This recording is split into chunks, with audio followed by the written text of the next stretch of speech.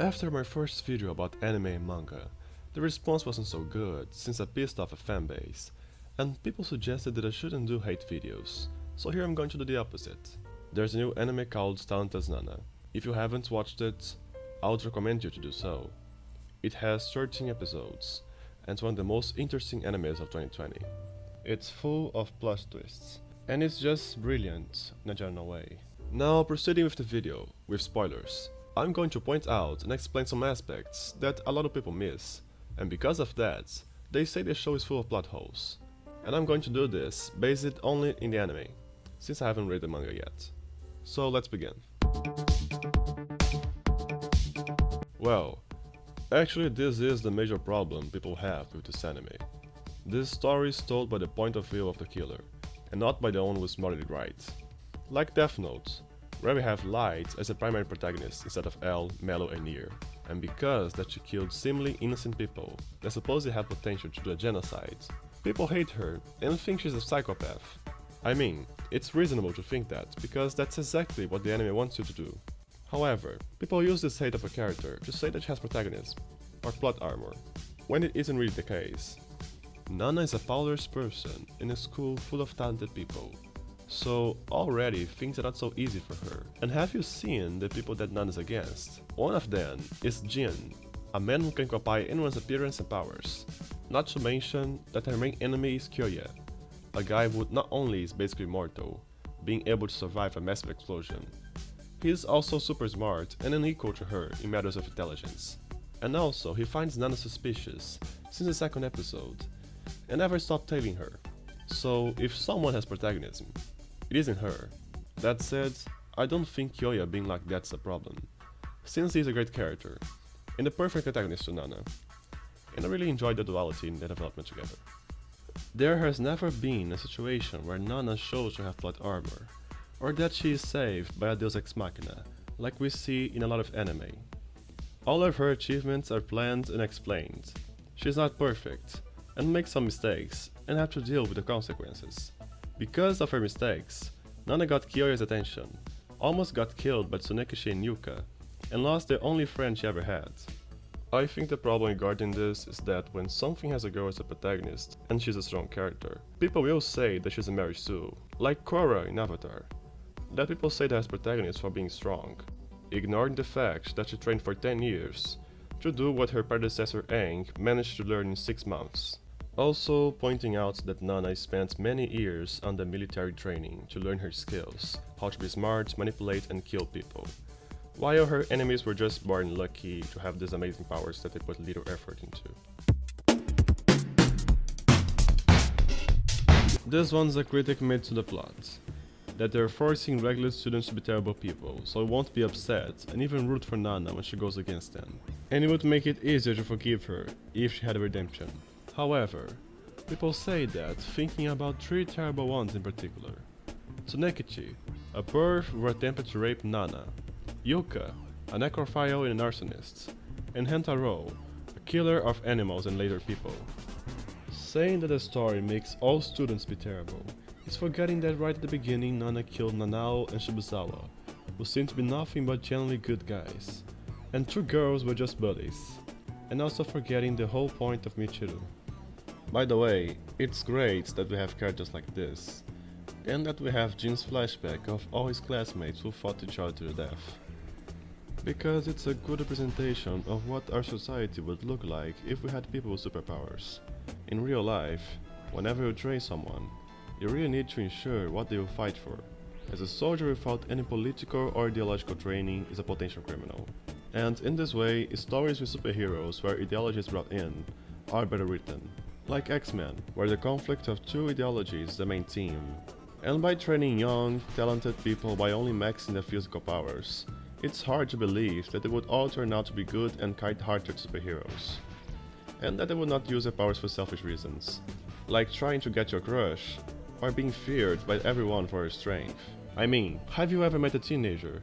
These creatures are the most unstable on Earth. In this way, it's not absurd to think that Talentless Nana society has a lot of people like that.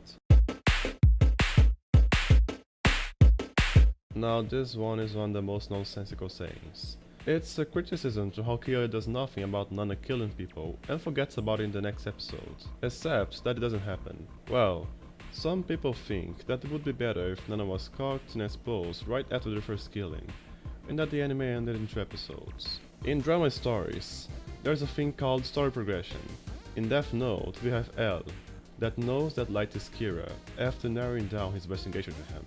However, he has no proof of it, and he can't convince everyone about the truth, so he has to play mind games with Light and try to outsmart him.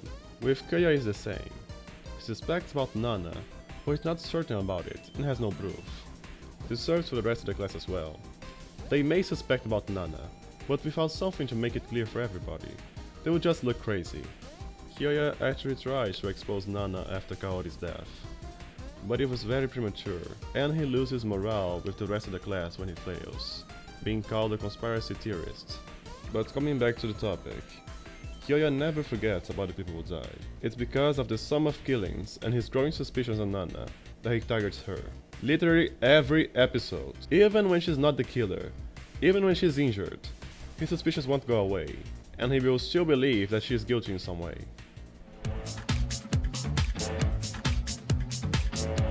For us, the viewer, Nana's actions and the way she kills are very clear, since we know everything that is happening regarding her.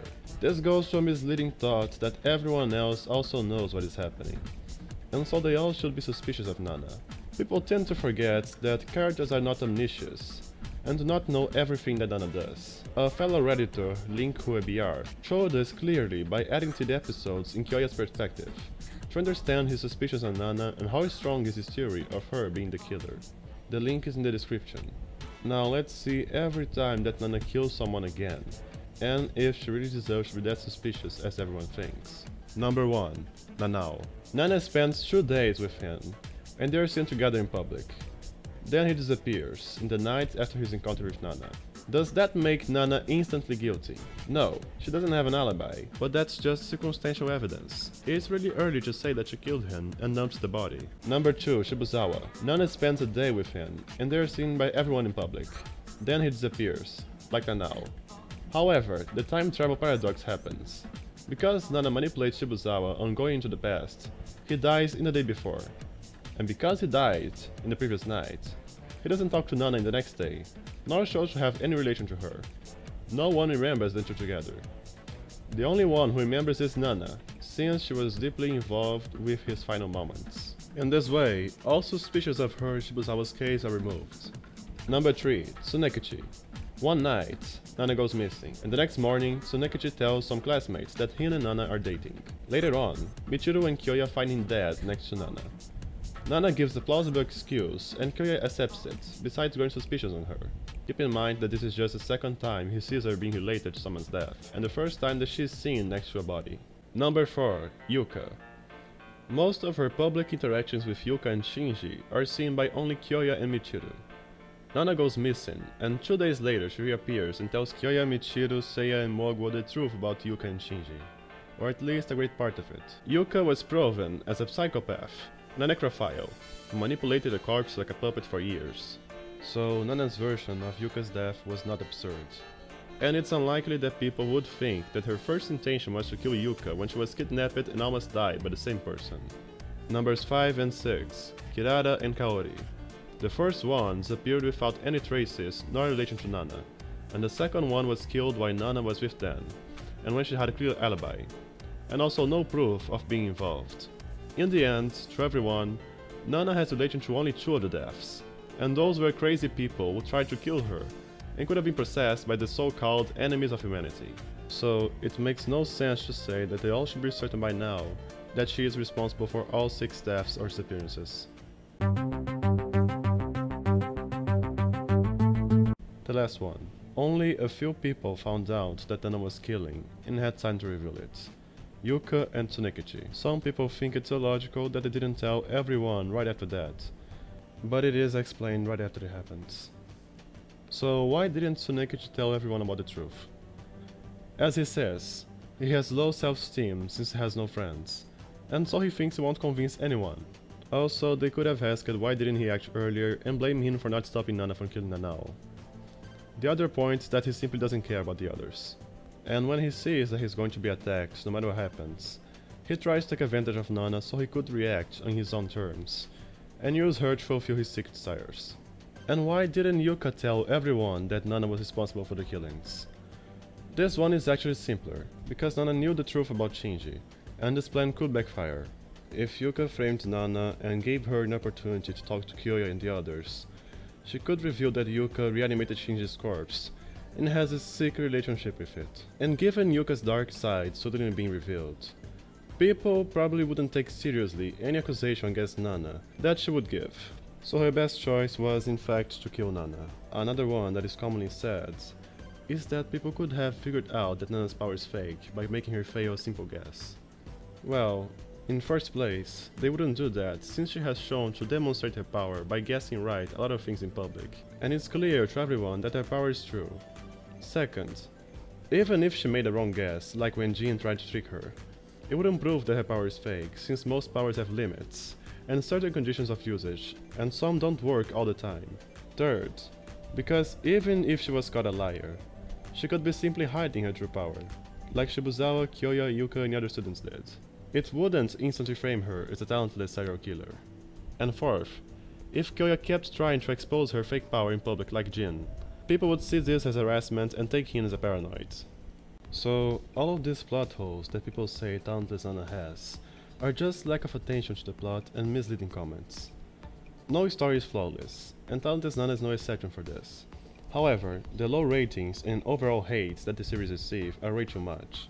It's alright if you don't like the idea of the story, will never forgive Nana for her actions and think the series is trash. That's just your opinion. But that's different from spreading false information to make it look bad so people won't watch it. And trust me, there are a lot of series that are great, but people won't watch it just because haters trash it without a reason. If I forgot about a plot hole or got something wrong, please let me know in the comments. Recording and editing all of this is not easy, and my throat hurts. So if you liked the video, consider liking and subscribing as it helps me grow as a YouTuber. Thanks for watching.